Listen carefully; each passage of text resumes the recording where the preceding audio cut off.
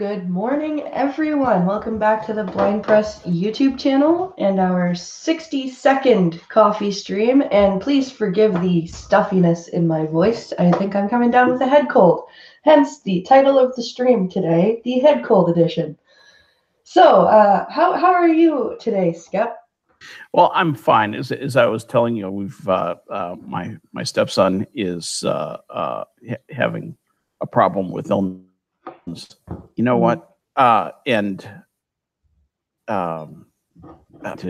Rig getting prescription from him from the doctor. He's autistic. He doesn't want to go to the doctor. Doesn't want to talk to anybody. It's just kind of dealing with all that stuff. And as I was saying, I feel like I've been going 1,000 miles an hour. Now I need to kind of settle down into a conversational mode and talk a little bit about the news and YouTube drama and stuff like that. Yeah. I'm going to have to take about a break from this call to reach over. A dog has trapped itself. I was inattentive, and the dog climbed in a closet with a bunch of blankets and is now whining to get out. So hang on 10 seconds. I'll be right back. As Skep rescues his puppy dog, I will say hello to everyone in chat.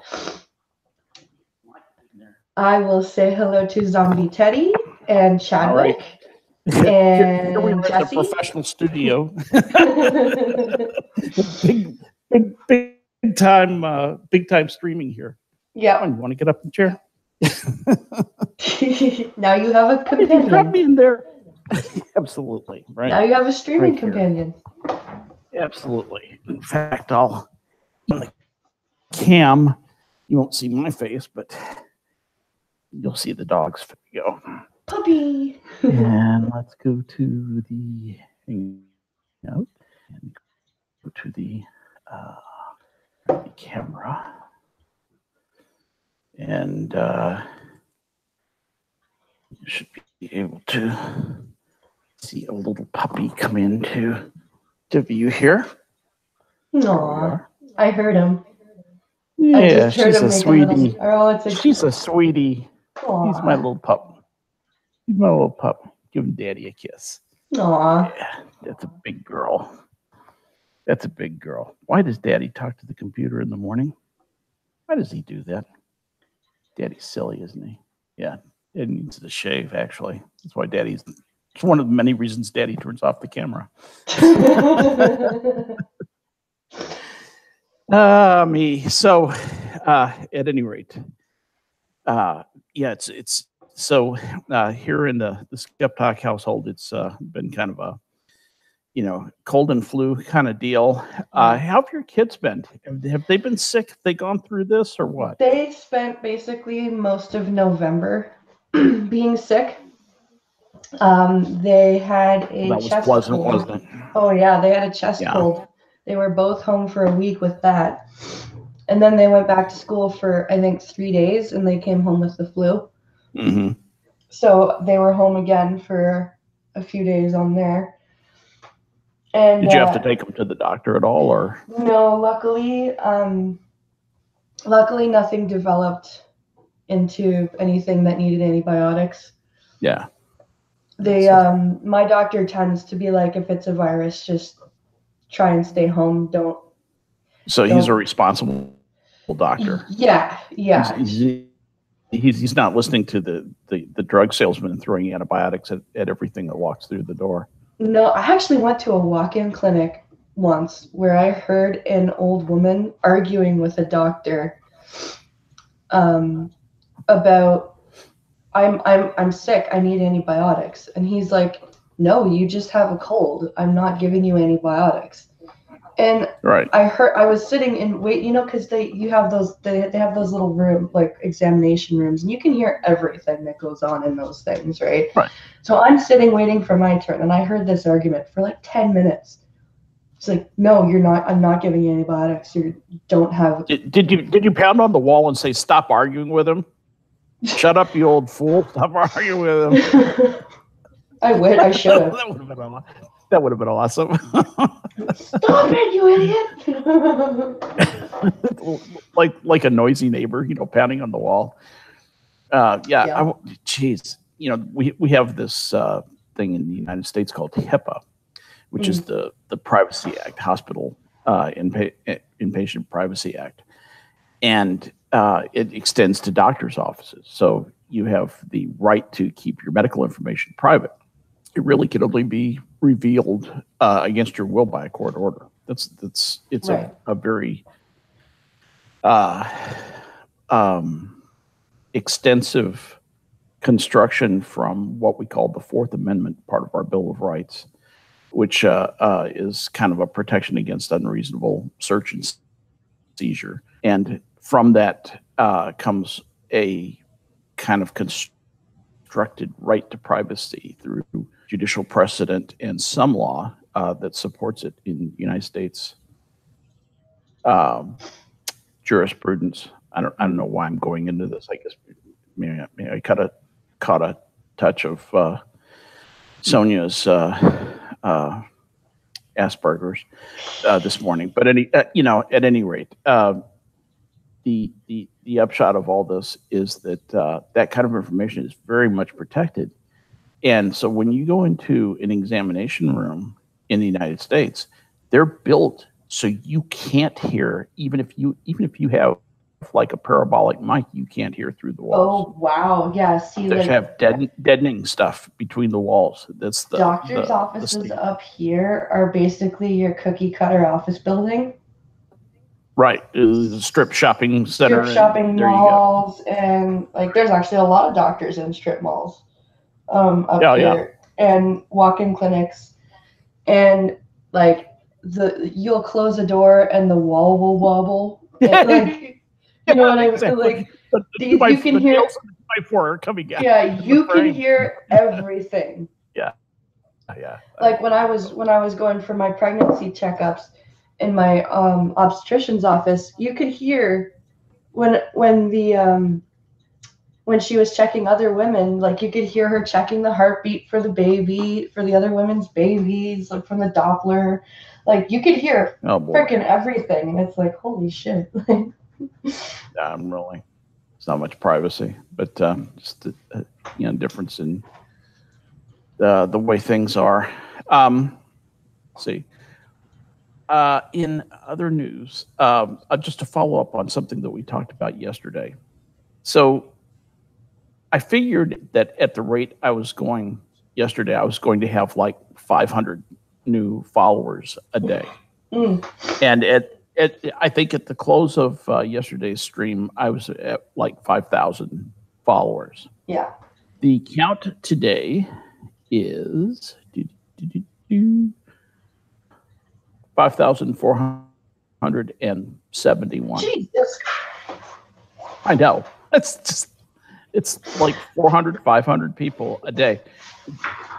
And it was all because, Roaming Millennial and Imam Tawhidi shouted me out. And evidently Lauren did again, which was really nice. Shout outs work, people.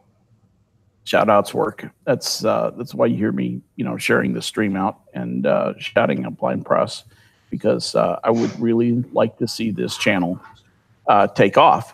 And, chat, you guys can help us too. Every bit of exposure. I don't care if you have 15 followers on Twitter.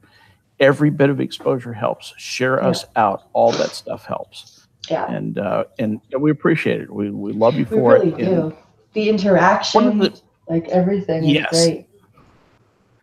And this is a time in this show's life where it's still kind of, you still have a very close relationship with chat. Like Monkey, Lords of the Night is just getting to the point where he still has a close relationship, I would say, with about 25 people.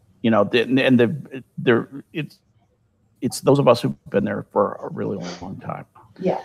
But he still tries to be affable and open, and he pays a lot of attention to newcomers and stuff like that. He's very, very good at that. Monkey has a lot of just natural talent at being a host. He does, yeah. And but it's hard. It's hard to maintain that intimacy, that close relationship with your audience, and here it's a matter of, we literally want to know what you're thinking. Mm-hmm. Express it in chat. Something you want to talk about, put it in chat. We will read it, and we will pick that up assiduously. Before, I came along and, provided basically a glorified screen reader for blind. What are you doing on the show there, Skep? Well, I read the screen for blind, basically. You read it in not a robot voice. It's very good. Yes. I do my best, but anyway, that provides direction for us. It provides us with a sense of where your interest is, and a show that doesn't cater to the interests of their audience is not going to last very long. It's not going to be a very popular show. It's going to be basically an exercise in futility. We want the opposite of that. We want closeness with our audience, and we want to know what you're thinking. Very important to us. So that said, did you? I don't know. I know you've been busy, but did you get a chance to see that blog post I sent you? I DM'd it to you on Twitter. I was on Twitter, and I said, I've got to look at that. This is the Hello Darkness, My Old Friend. Yeah. The retinitis pigmentosa. Yeah. It's watching, every one of your friends move on with their lives while slowly losing your vision. And oh my God. Let's see. Hang on one sec. I read it. I read like the first line, and I got so mad. I'm like, I gotta. The vision loss isn't the worst part. It's watching every one of your quote friends end quote move on with lives while yours. I'm feeling a slow fade into self-pity here. I'm just saying. It's always the same thing with people. Some take longer than others do, but it all ends the exact same way. I see we're not into adverbs. We use adjectives instead of adverbs. Mm-hmm. Grammar Nazi. You meet people, hit it off, become friends. It's good for a little while. You even wonder if it's going to be different. They will be the exception, as never the case. They eventually grow out of being friends, and excuses come: work, family, drama school, time management. Yet you have been there and done that. It's you. It's the inconvenience of having a blind friend, having a friend who's blind, being seen with someone broken, None of my friends see me as that. Or a guide dog. Having to help that person sometimes transport a big one. Can't drive or have independence of your own. So people become drifters, which turn into strange and familiar faces. Look, people who are blind are not different. If a friend of mine were sighted and they needed help with transportation, or they needed help with screen reading, with anything else, the fact that they're my friend, okay, the fact that they're interesting, my friends tend to be interesting, upbeat, smart. That's if you had to characterize my friends in 3 adjectives: that interesting, upbeat, smart. They are, positive people who look forward to opportunities. If you think of a person who is perfectly healthy, let's say that person has 1 million possibilities. Okay, mm-hmm. When that person becomes blind, they lose 600,000 of those possibilities. Well, they still have 400,000 of possibilities. Okay, that they can do. The thing about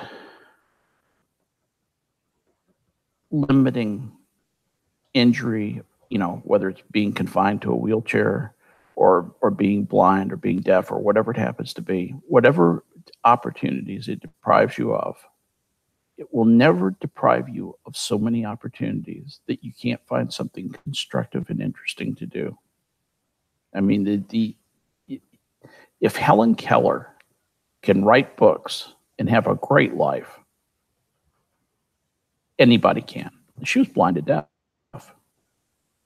To communicate with people, she found a way through what just through having a good attitude.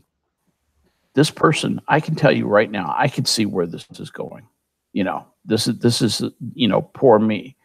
His problem is not his friends. It's not that him. Everybody else is horrible. The problem is him. Exactly. The people are just going, man, I just can't be around the self-pity. I'm just tired of it. And they do move on. There's a sentence in that post that really pissed me off. And which was? And it's the one that says, we already hate ourselves because we can't see. Wow. And wow. That's just not true. Hang on one second.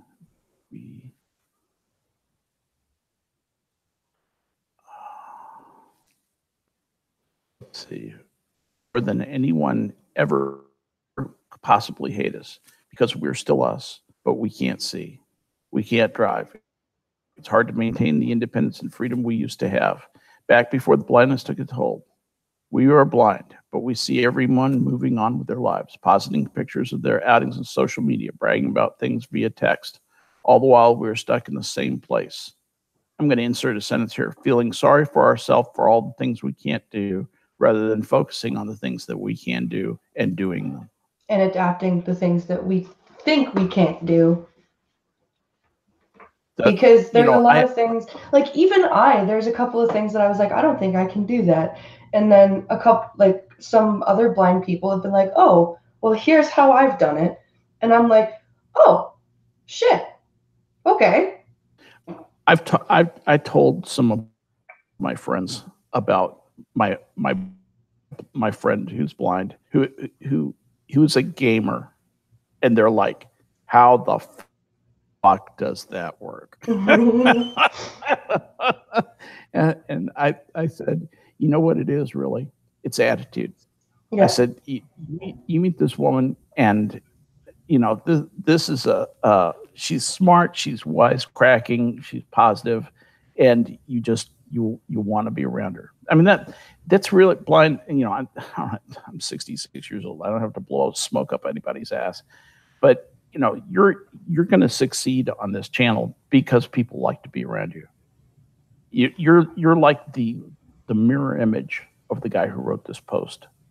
You look for fun and interesting stuff to do in life. You live a normal life. You take the good with the bad with the good.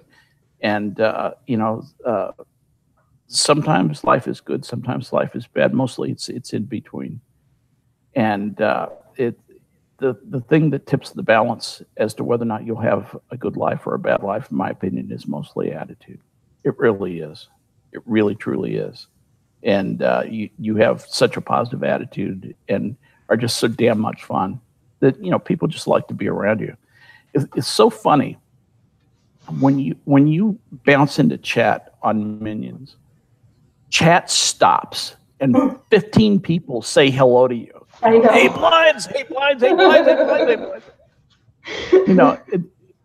It's so you don't enter a party, you splash, and it's just kind of a wonderful thing to see. And then those are the people who succeed in a public thing like this, basically, for lack of a better term, is showbiz. Mm-hmm. Those are the people who make it in this. And you're a friend. You stay close to your audience and to your friends. And this is not going to be nothing but fun, nothing but interesting stuff for you. I'm already seeing the viewership of your stream is like 2 to 3 times larger than what it was when it started, and that's a very good geometry. You hold that geometry for a little while, you're going to have a huge number of people on here. And I'll tell you this, for my part, I will remember Poppy and Jesse and Zombie Teddy and Unholy Mole and the P Gunfox, the people who were here at the beginning. Yeah. Those will be in the Navy, those people are called plank holders. Plank holders are the people who, way back in the day, when if you wanted a ship, you built one. the plank holders were the people who built the ship, and they were usually the ship's first crew. And W.R. Costin's another one. That's just decent, good people. With I'm honored just to be a part of this group of people. Honest to Pete, really honest to Pete. It's just a good thing all the way around. So we're going to go forward, going to have some fun. I spoke briefly of my friend, Lauren Chen, Romeo Millennial. And she had a post this morning, I thought, or actually it was last night, that I thought I would share with us. Is that okay if we, sure, before we do news, we can jump into some Twitter drama, not drama, but it's just a funny post that she put. Lauren, people don't realize it. She has a wicked sense of humor. It's when I actually met her and got to talk to her in person at MythCon, it really comes out. I mean, I'm still not going to completely reveal everything that she said. Yeah, but she's as funny and sarcastic as you can imagine. Anyway, so Lauren posted this real innocent sounding post last night. She says, "There are men out there who claim they've been rejected by all women. And now there are also women out there who claim they've been rejected by all men." This is in reaction to Meet the Involuntarily Celibate. Yeah, I saw that article. I haven't read it yet, but I saw it. And so she says, "Am I the only one who thinks we should start a dating site for these two lovely groups of people?" Oh my God, yes. Can you imagine? Swipe left, swipe right. Site for incels. You have to be certified incel. So you have, if you're a woman, you have to be fat, have a bad attitude, and greasy hair or something. Yeah, I don't know what it would be. And a man, you have to be fat, have greasy hair, and not bathe regularly, and sit in your underwear down in your basement, in your mom's basement. Yeah, I was going to say, it can't be your basement. It has to be your mom's basement. Got to be your mom's basement. And every Tuesday, your mom reminds you to change your underwear. So and she still does your laundry and stuff too. Right, exactly. That's amazing. That's absolutely amazing. The term incel is short, as everybody knows, for involuntarily celibate. And they say the women who say they're rejected by all men, okay, because of their looks or personality that revealed they are also shunned by misogynistic male incels who insist any female can have sex if she really wants. Any human can have sex if they really want. Well, it's true. The point is that, first of all, sex is not a relationship. No. Trust me. Okay, and if you are looking for sex first, you will not find a satisfactory relationship. No, you won't. The best sex comes with someone who really cares about you. Yeah. That's the only, when you're going to be intimate and vulnerable with somebody in that kind of a situation,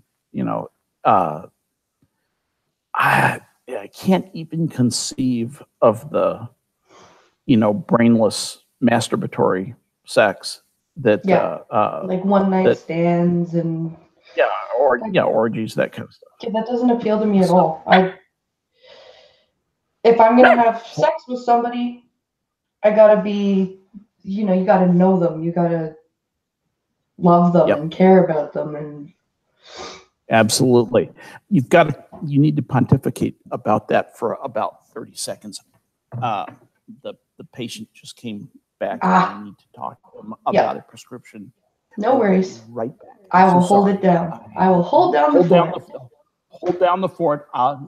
Skip will be back in a minute. Hang on. All right, no worries. But yeah, it's like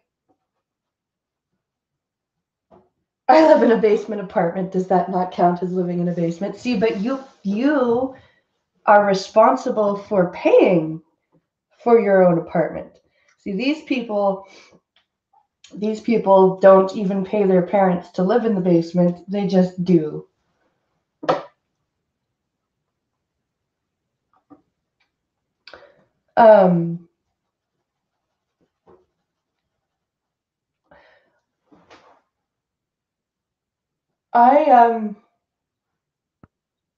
I used to live. My father used to live in a basement apartment. I don't really like basement apartments. Pincala, when I lived, 14 stories up, and our apartment building was one of those weird apartment buildings that actually had a 13th floor. I don't know if you guys have this in the States, but a lot of buildings don't have 13, like a 13th floor. They have, like, if it's a high rise like mine, my building was 17 floors, and usually what they do is they would skip 13 and then just 14, 15, 16, 17. But my apartment actually had a 13th floor. Superstition is stupid. I wish I had lived on the 13th floor. But I lived on the 14th floor, and we had these giant picture windows. It was not great for me because, you know, the view was obsolete for me. But we had, I'm pretty sure that superstition is worldwide. Yeah. Chadwick, you're probably right. Oh, are we talking about Stephen King? I like his writing. I don't like the movies. I don't like the movie adaptations of his books. I hated The Shining and Shelley fucking Duvall and her squeaky goddamn voice. Dreamcatcher was like, if you watch the movie Dreamcatcher and you're blind, you're going to be sitting there going, what? I have a nice small house and the computer room's in the basement. Ah.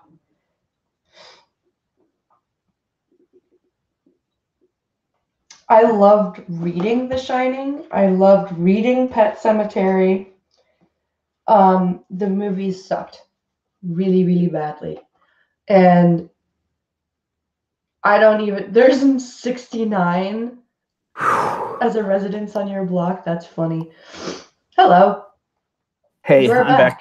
So, yes, thank you for doing all that. What are we doing? We reading some chat here? We were reading chat, talking about Stephen King and how his books are awesome and the movie adaptations are awful. Yeah, I agree with you. Have you ever read his novella, The Langoliers?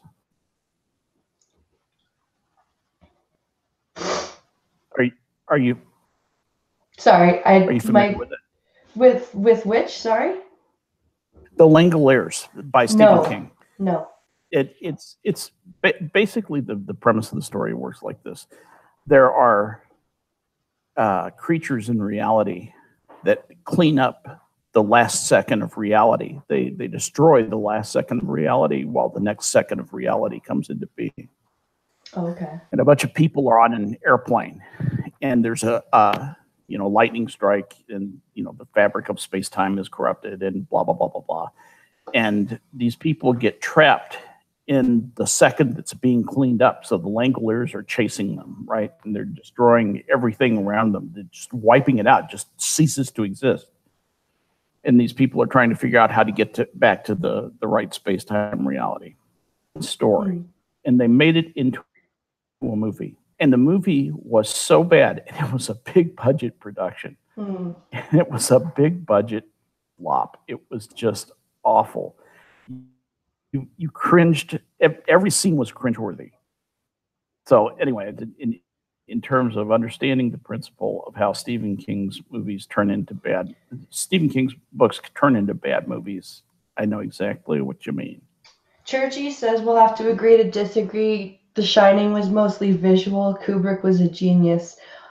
I think part of the reason I didn't like The Shining was visual, but I don't really think that's it because I read the book first.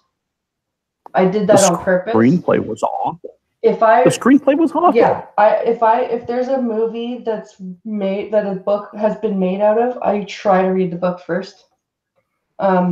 Specifically so that I can both compare them and I try to make Pincalo's life a little easier, and I hope that reading the book will give me some idea of what's going on in the movie so he doesn't have to describe so much. But the problem with the movie, with The Shining for me, was it was like piloting.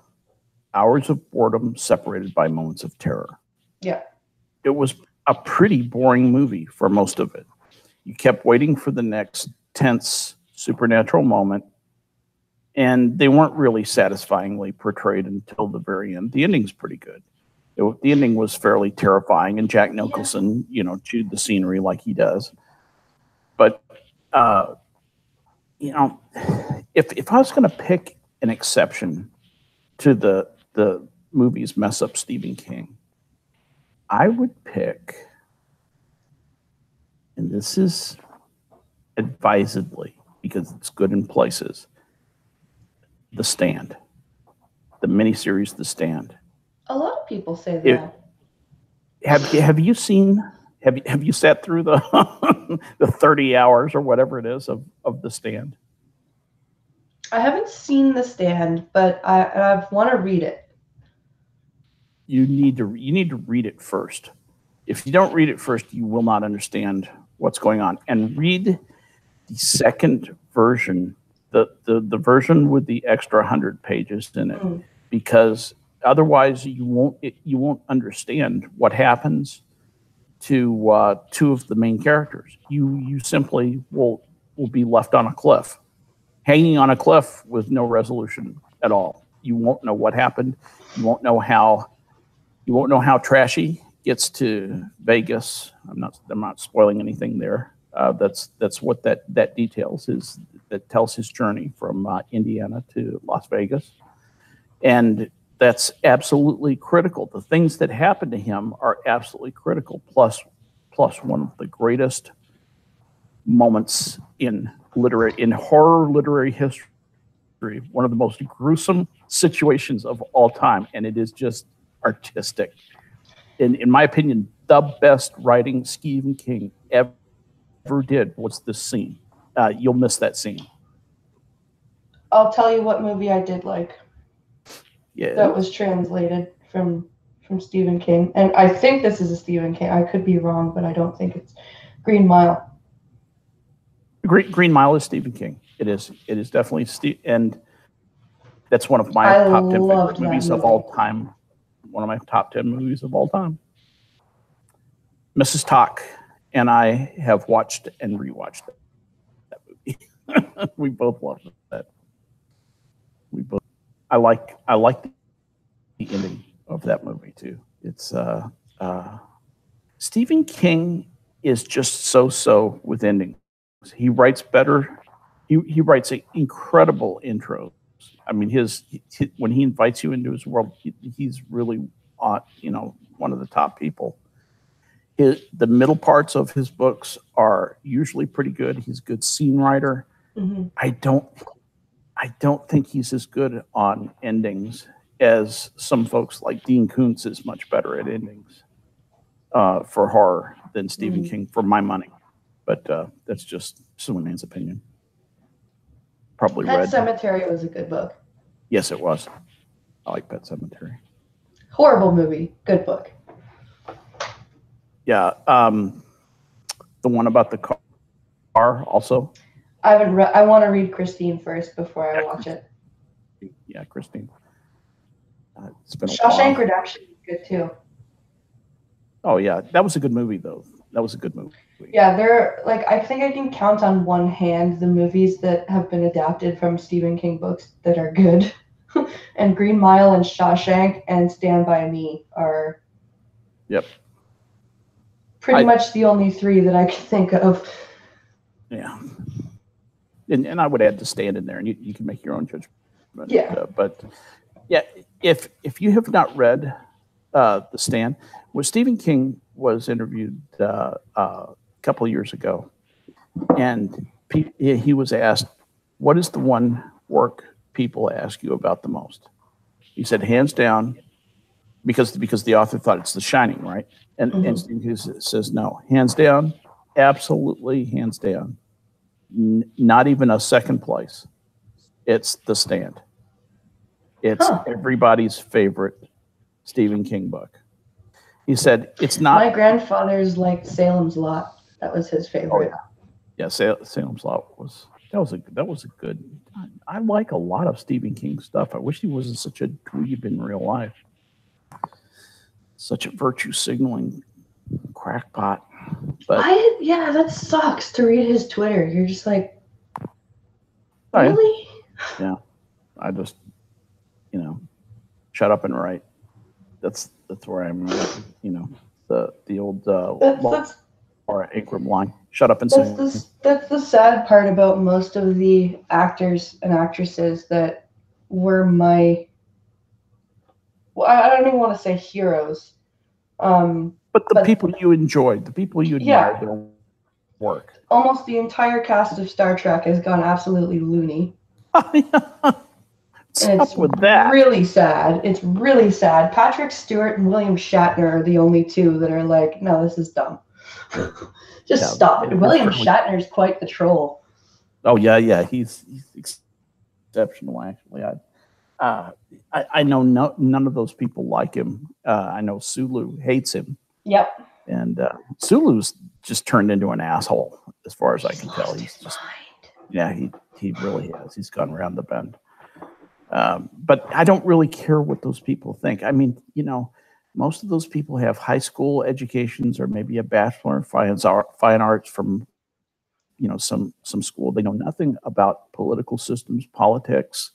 They just, blurt their heart out, and their hearts are good. They just want to help people, and so they fall prey to these hucksters who are selling the socialism dream, which is that's the thing about socialism. It always looks so great on paper. And what do you do when the babies start to starve, though? It's you feed them rabbit. What do you do when there's just not enough? Yeah, there's just not enough food. There's just feed them their pet rabbit. Food. That's what you do. According to the rats. I understand that the rat problem has really gotten better in Venezuela. Oh, so that's an upside. That's what happens when socialism takes over and you need to eat them. Yeah, exactly. The rat paella is just to die for, so to speak. Rat chorizo.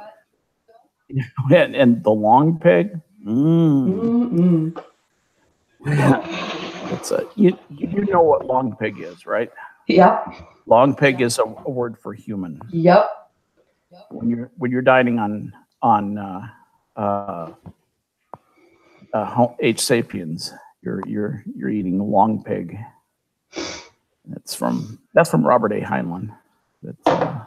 There's a cartoon. There's a cartoon I watch called Archer, and yes, his butler served in the war, and he was in South Africa, and he's talking about the Zambezi tribe, how he ate long pig when he was serving in Africa. It's just really weird. Archer's a great show.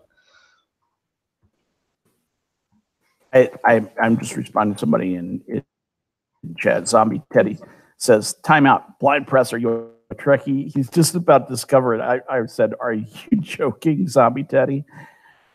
Blind Press is the lady who runs the Star Trek stream.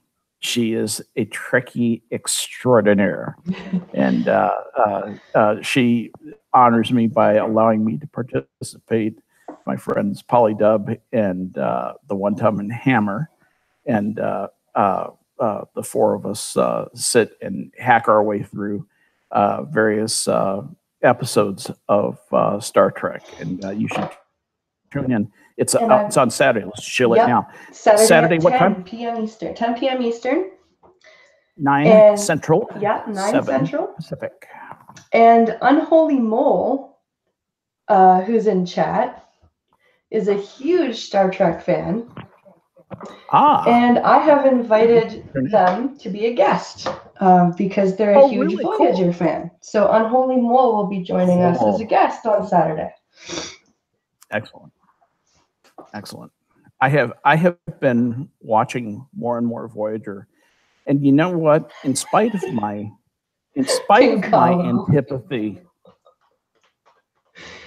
technically I run the Star Trek stream. She just hosted. Yeah. But Pink Callow, let me explain something to you. She's the star. Okay, she's the talent. You're the production assistant. Just so you know. But despite your antipathy towards Janeway, despite your antipathy towards Janeway, you're watching it more? Yeah, I am, and I don't know if she's starting to grow on me or if I am just I'm just starting to get used to that flat delivery of hers. I mean, to me, when she talks, it's like Charlie Brown's parents. Yeah. And with these lines delivered almost without emotion, or when the emotion comes up, it feels contrived. Mm-hmm. And the problem is that Voyager actually has a fruit and nuts assortment of interesting characters.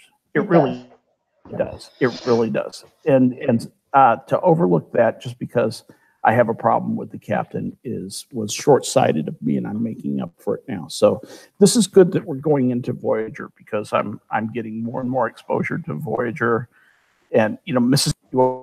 watching Voyager again. Well, this is like season 27, episode 91.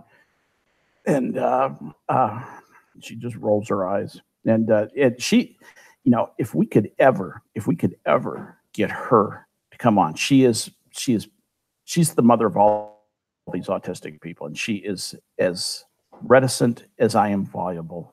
You know how I just love to talk and love to share my personality with whatever victims may be lurking.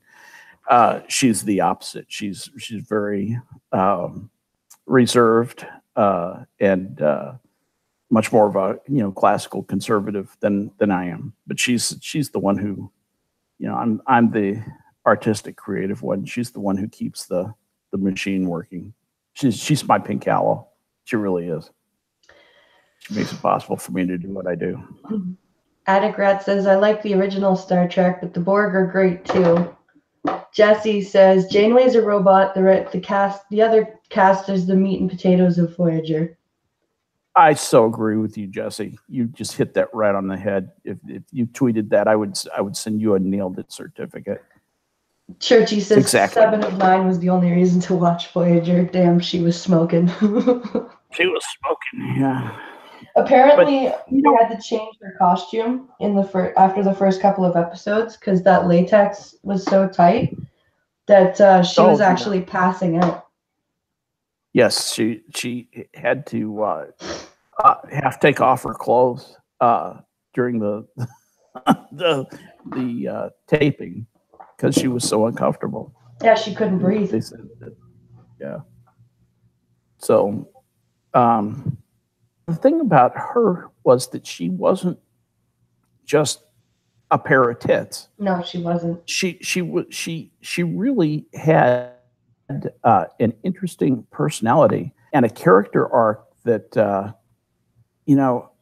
when she was over, when she left the show, I remember seeing that and just thinking, damn, that's a huge problem for me. Well, she never left it. Like, she didn't leave the show. She stayed till it ended. What am I thinking? I think you're thinking of Cass. I'm thinking of Cass. Oh, you're right. And why do I didn't mind when Cass left. I've done that before. I've mixed those two up before. You're right. I was thinking of Cass. I actually like both those characters. But 7 of 9. Yeah, the security lady. Right. I'm tracking now. All right. Senior moment. It happens. getting back to what's been going on. So I get up this morning, my stepson is coughing his head off, and he's lives with us because he's severely autistic and all this stuff. So he's in like one bedroom over. I hear him coughing throughout the house, and so I get up, and I turn on the computer, and I look, and there's Parliament live, and I go, oh, let's go see what they're talking about there. And it's this guy delivering an impassioned and absolutely erudite, sophisticated, and perfectly put together justification for the decriminalization and legalization of recreational cannabis in Britain. Absolutely. Wow. Hit it out of the park.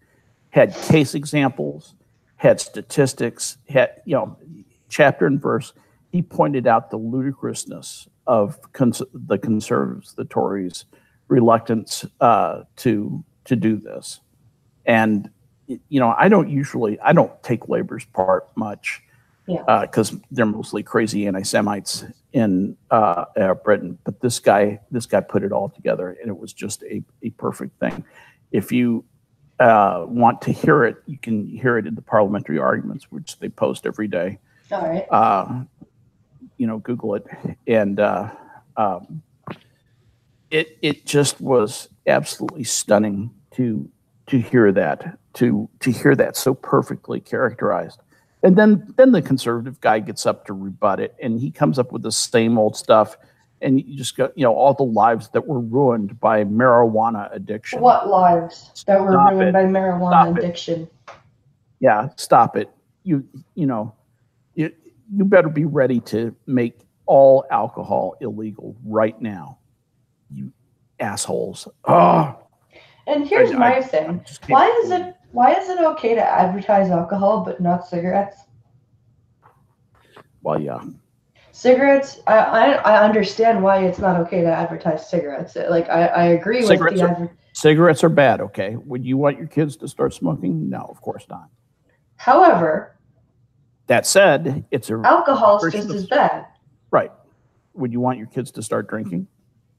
What would you rather do? Have your kids start drinking alcohol or smoking marijuana? Smoking pot. All day long. Hands down. And do you know both my children, I'm going to dox my children, poor children. I'm not going to dox them, but I'm going to tell you something about them.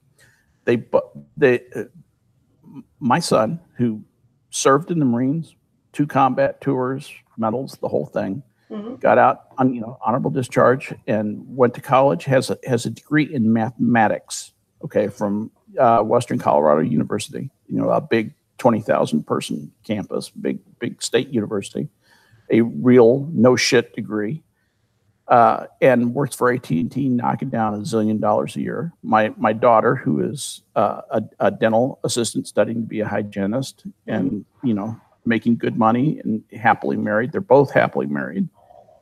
They all smoke pot. And do you know what? They don't drink much. Occasional beer. Michael having a case it. And Andrea really doesn't drink at all. If pot's around, she won't even have a glass of wine. So that's the part of the industry that is against the legalization of pot are companies like the Seagram's company that sends unholy amounts of money into Washington to keep pot illegal. Mm-hmm. So anyway. It pisses me off, though. It's like, how many times have you heard of somebody smoking a joint and beating their wife and kids? Never. Pot doesn't make you do that.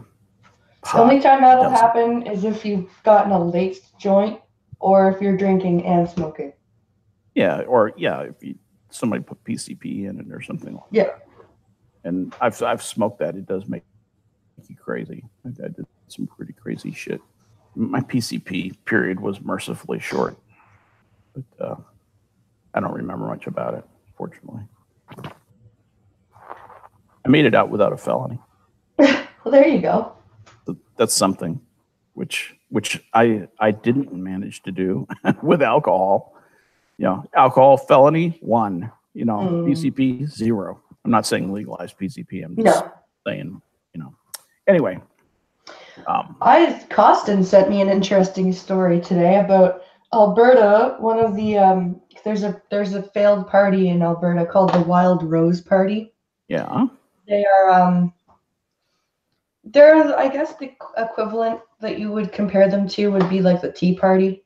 Yeah. Okay. So they are.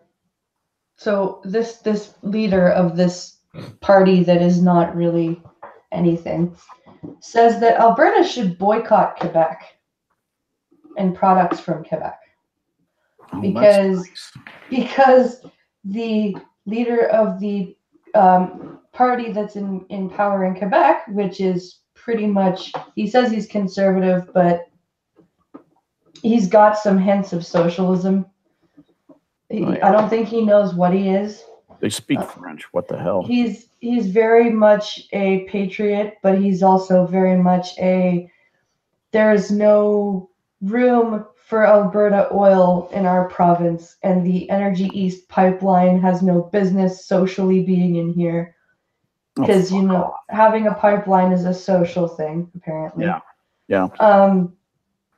So this guy's response is that Alberta should boycott all products from Quebec. You know what happens to the moose population when a pipeline goes in? It's interesting. The moose who live along the pipeline flourish. They're not exactly sure why, but there's some kind of easing on the either predatory pressure or something that they've noticed that the moose populations have recovered along the Alaska pipeline. The southern part of the Alaska pipeline. Yeah, I was reading a study about that. They said these were ecologists they had confirmation bias out the butt. They were ready to hate on this pipeline, and they couldn't believe what they were surveying and able to find. They said it's inexplicable, but the moose are doing a lot better.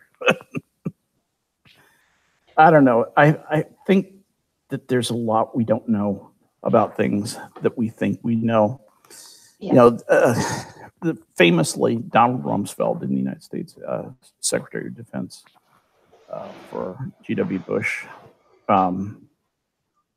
said that when it comes to things you don't know,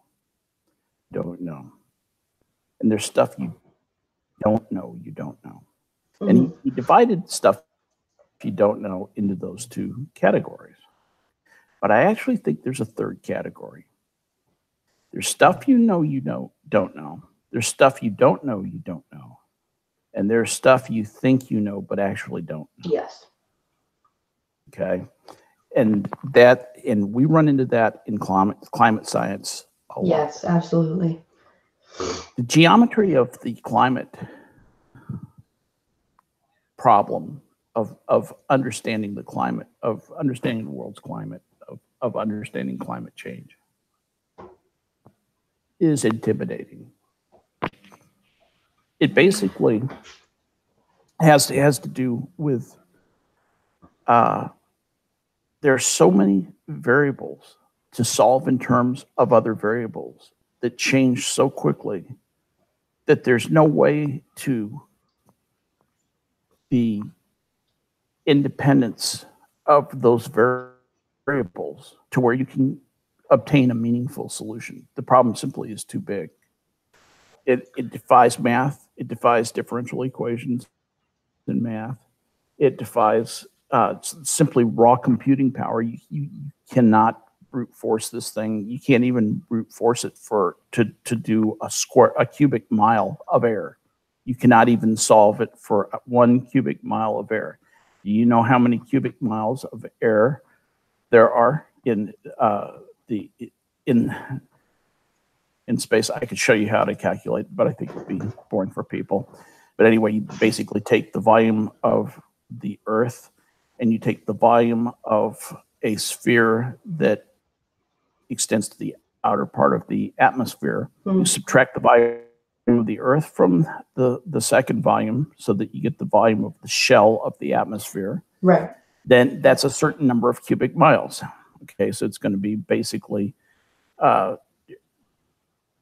25,000.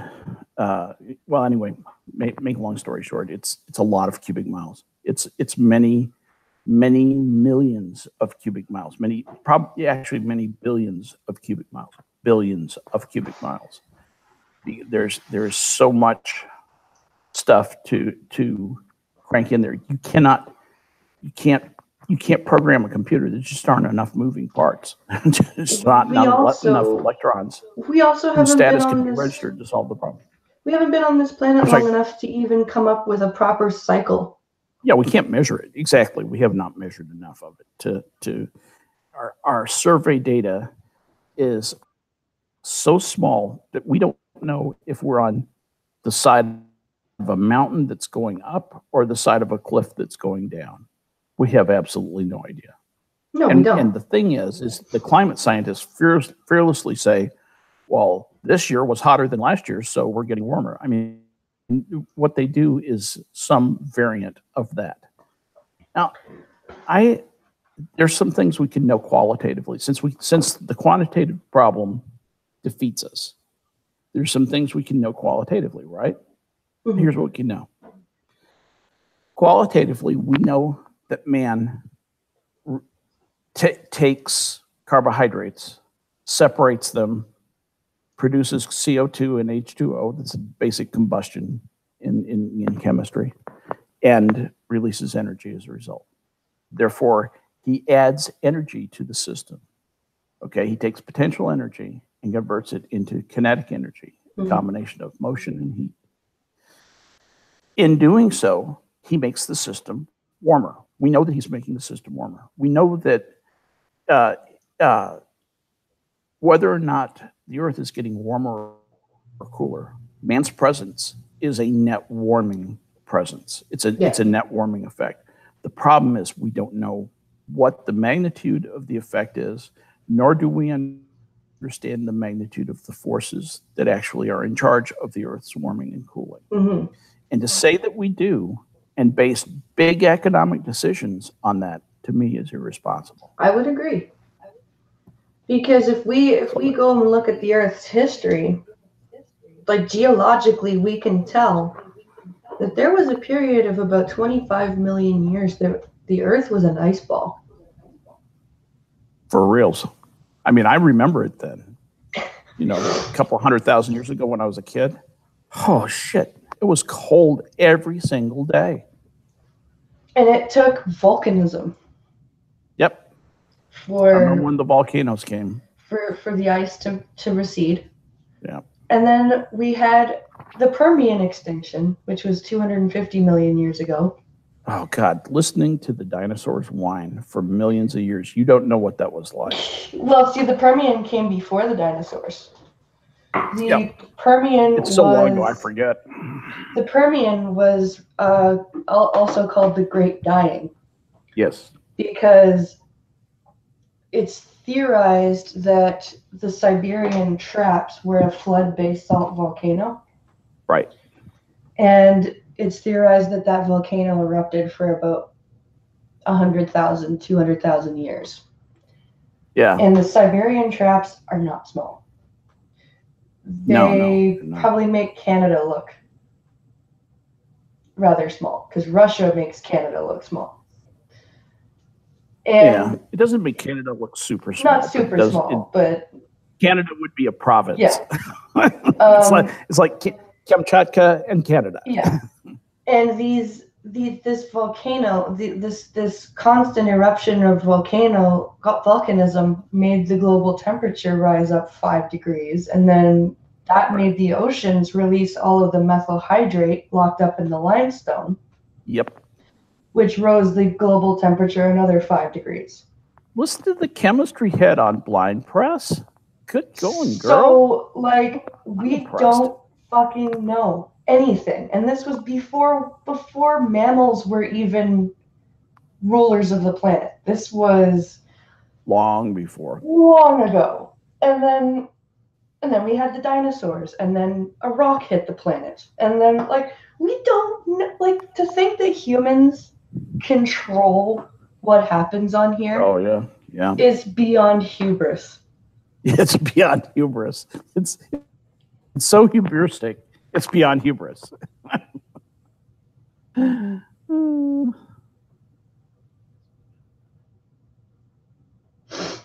then we had, the only reason we have oxygen in our atmosphere to begin with is cyanobacteria. That's it. Yeah. And we think that we control the planet when bacteria were the ones that gave us the atmosphere we can breathe. I'm pretty sure that cyanobacteria are the master race. For sure. It's not white mice. It's not white mice, although that was an interesting theory. It's actually bacteria of some sort. Absolutely. And they willed us into existence, basically. They're very patient. And they are the ones who are at master race. Well, look at what a bacteria patiently. Look what a bacterial infection can do to a human. Absolutely. I'm watching it with my son. Exactly. He's just, down hard with, a mixed infection. And, it absolutely will take, look what it did when the Earth was invaded by the Martians in War of the Worlds, which was real. People think that was just, fantasy, but no, that was real. And the world is flat. Just want to see if anybody in chat's paying attention. Yeah, there's a series called Catastrophe on National Geographic. It's an old, well, not old series, but it's fairly old, like from the late '80s, 09, maybe 2010. It's a 5-part series. And it goes from the birth of the Earth and it talks about the theory of how we got our moon, which was the planetary collision between Theia and Earth. Yep.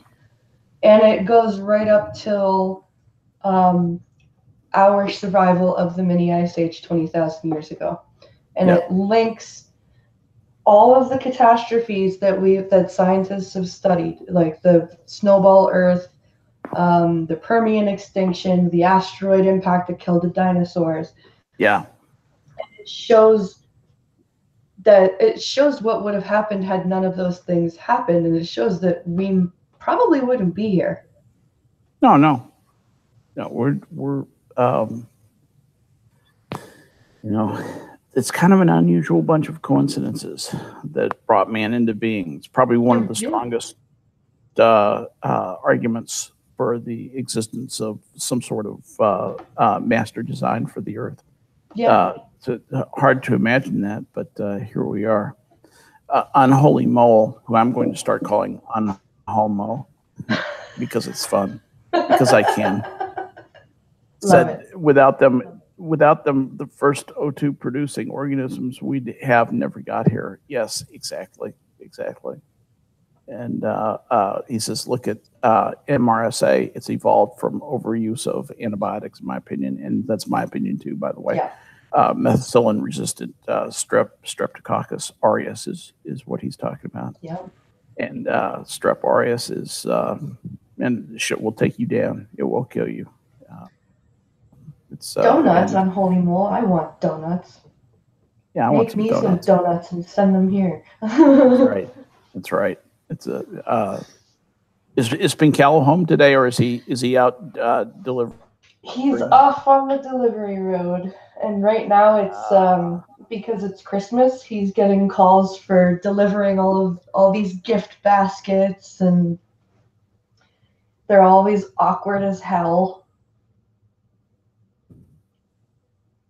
I mean, awkward trying to hold them, to fit in the car, right? Exactly. Yeah. Because they're the big, like, cellophane wrapped contraptions. Right.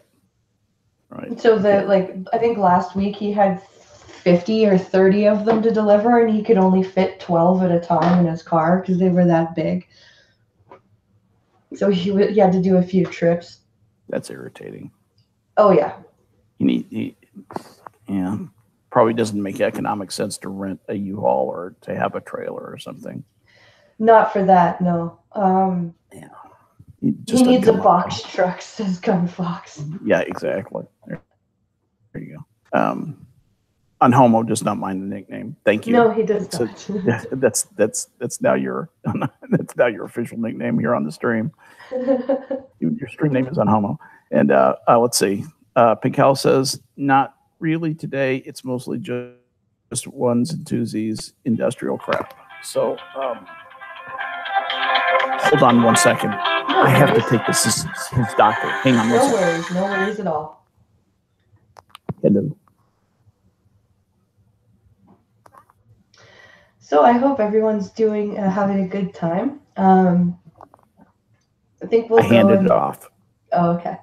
I was gonna say I think we'll go until about 11:20 today because I've got some errands to run after the stream. That's another 12 minutes to get questions together, folks. So chat, you've got 12 minutes to ask some questions or make some comments. And we'd love to hear what you have to say. We truly do. I'm actually scrolling back up to see if I've missed any nuggets of interest that might be of wider interest to people. Let's see. Unhomo is a fellow recovering alcoholic. And like me, he does not count weed. I also don't count weed. Now, I don't do weed because I live in Texas. Yeah. You hear that, Sheriff? I live in Texas and I don't do weed, but I would if it was legal. That's not something that triggers my alcoholism. And I told Unhomo, I understand. I hear you, my brother. It does not trigger me. And when I had occasion to hang with the Minions recently in a different state that has a different attitude toward that, I took a different approach and had a big time. Awesome. It was big fun. Yeah, me and Adam had some fun up in Wisconsin. Whoops, I shouldn't have done that. Gun Fox says France is now... Apparently, France is now in civil unrest, apparently. They're almost in civil war. That's terrifying. The yellow vests, and the thing is, the yellow vests are the ones who are making sense. They are so sick of Macron's crap. The yellow vests want to pull out of the EU and stop immigration. They want their country back. You knew this was going to happen. You knew this was going to happen. That, what the fuck is wrong with French people? It's either Germany invading, or this time it's them inviting invaders in from Iraq and Pakistan. Yeah. They have done this to themselves. These countries are like the people who feel bad for the heroin addict on the street corner. So they invite him in to their house. Right. And then they can't get him to leave. And he's stealing their shit. And he's leaving a mess. He stabs one of the kids. He stabs one of the kids. But they can't make him leave. Well, kick him the fuck out. This is a cultural thing. It's not really bad that he stabbed the child. That's just what they do over there. Finland has stopped prosecuting rape done by migrants. God. They have essentially literally legalized rape. And women are getting raped so often, they don't even keep track of it. And it's illegal in Finland to print news about women being raped by migrants. It's racist. It's hate speech. Fuck. People ask me why I'm so up in arms about Twitter and Facebook and Instagram and everybody else who is censoring what they call hate speech. Yeah. Hate speech is speech, folks. That's not yelling fire in a crowded auditorium. That's not causing an immediate danger to people. Hate speech is speech. If you want to do something about hate speech, let it come to the marketplace of ideas, the public space out in the sunlight, and let it die of the sterilizing effect of sunlight. Yes. Because that's what always happens to bad ideas. Bad ideas will not win. If they do win, we don't deserve to win. We don't deserve to go on. That means that our minds, our hearts, our souls have failed. Period. Rape is legal in Finland. Send all the rapists and pedos to Finland, says Jesse. Right. Well, it's basically what they've done. You know, if it was me, I would literally send the rapists and pedos to Finland by airplane. I wouldn't land the airplane. I would drop them out at about 10,000 feet without a parachute, and just see how they do. Oh, Costin says he's going to do a stream later talking about the Safe Third World Country Agreement. I will have to check that out. I will have to. The Safe Third Country Agreement is that what I think of? Maybe that might be UN the UN Refugee Agreement. Is that the? Yeah. It's officially called the Agreement between the Government of Canada and the Government of the United States for cooperation in the examination of the refugee status claims from nationals of third countries. So it's a treaty between the governments of Canada and the United States. Is that basically what's going on? I think so. I think that's what he's talking about. All right. So the agreement was signed on December 5th, 2002 by Burton Cote, and I think that was who signed it. And I think it entered into force on, was it the 29th of December, 2004? Am I remembering that right? I think that's right. I'm just teasing. I'm reading Wikipedia. Oh, okay. I could never remember all this stuff. At any rate, controversy and calls for suspension. Shortly after inauguration, U.S. President, the evil Donald Trump, signed Executive Order 13769, which in a Nazi-like way suspended the United States refugee admissions program and banned travel from 7 African and Middle Eastern countries. Executive Nazi Order 13768, which revoked eligibility for federal funding for sanctuary jurisdictions, and Executive Nazi Order 13767, which directed that a wall be built along the Mexico-United States border to keep out innocent people just trying to better their lives, and doctors and physicians who are all beating the border down trying to get into the United States because Orange Man bad. Wow, Wikipedia is pretty prejudiced against Donald Trump. Does this make Mexicans racist against Guatemalans? Because they have pretty a wall? Much. Yeah, because if Guatemalan, which the Guatemalans pushed over, by the way, and would have run through anyway with the George Soros's trucks. But don't get me started on that. I sound like a conspiracy ranter. Am I starting to sound like a conspiracy ranter? Hmm? Am I starting to sound like a person ranting about conspiracies and stuff?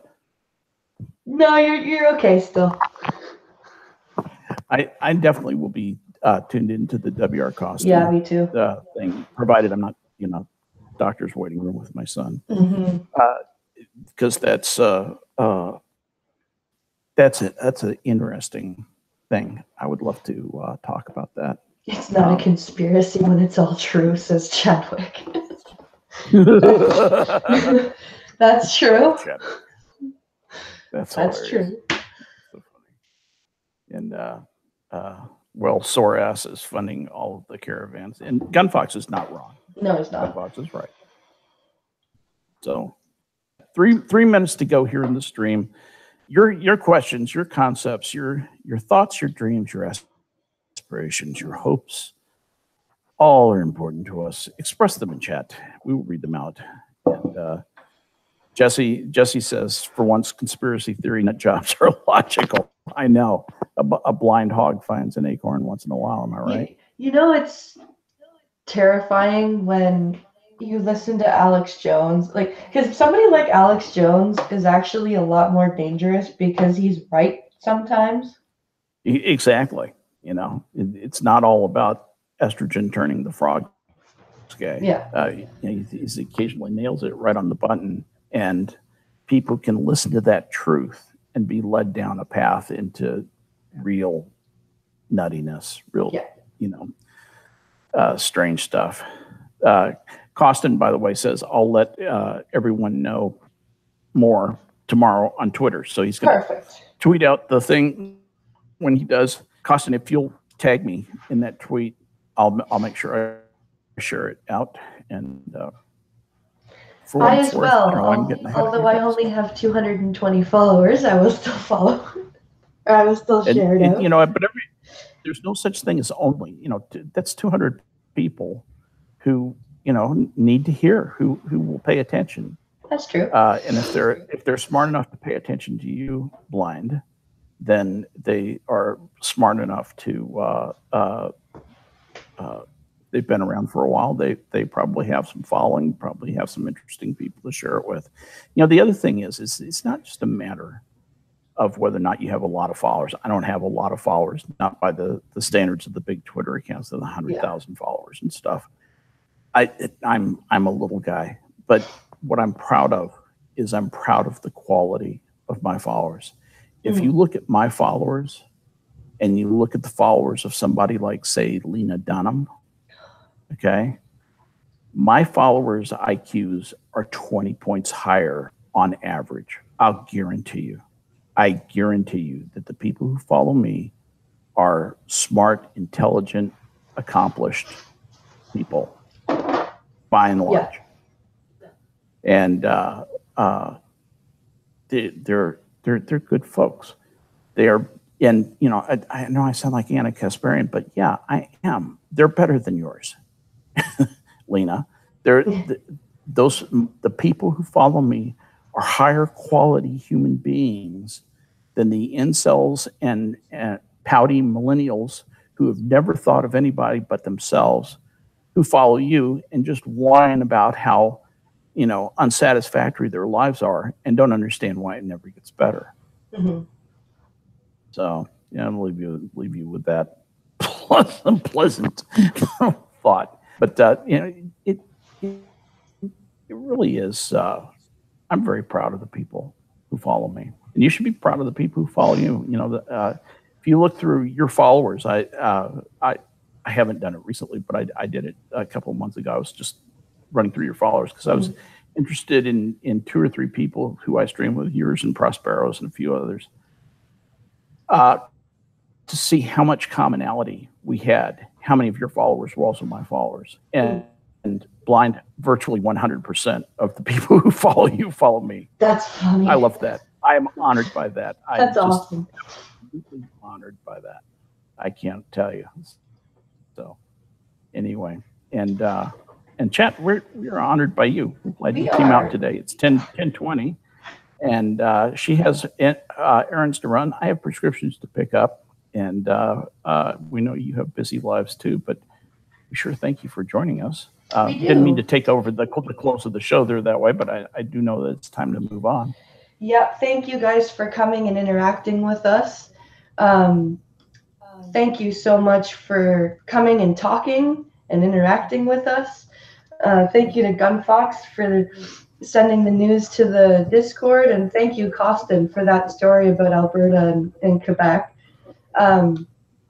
I'm always hunting on Discord for stuff, and I send it to Skep, and he becomes my screen reader. So I'm glad everyone's liking this format. I'm liking this format. Me too. So I'm glad you guys are having fun. We'll see everybody tomorrow, and tomorrow's Wednesday, which means we have Coffee Stream in the morning and Minions at night. So, That's right. And Blind Press will be on both, provided I can talk her into coming on my show at 10:30 Central Time, 11:30 Eastern Time. Come and join us for both. We'll both be there for both, and we'll all have fun together. We will indeed. With that, I will take my leave. Have a great day, everyone. Stay safe out there. We'll see you tomorrow morning. Be careful out there.